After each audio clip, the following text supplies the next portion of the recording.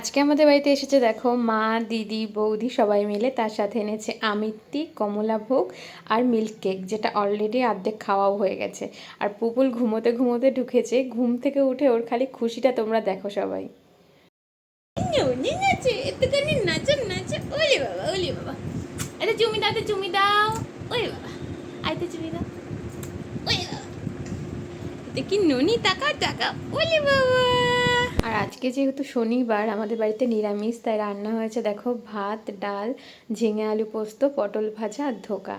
তো সবাই মিলে এখানে খেয়ে নিলাম। আর পুপুল এখানে দুতু দুতু করছে।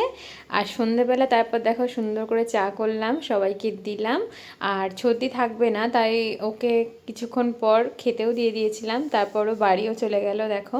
আর তারপর দিদি এখানে বেলে দিচ্ছে লুচি, আর আমি লুচিগুলো ভাজলাম।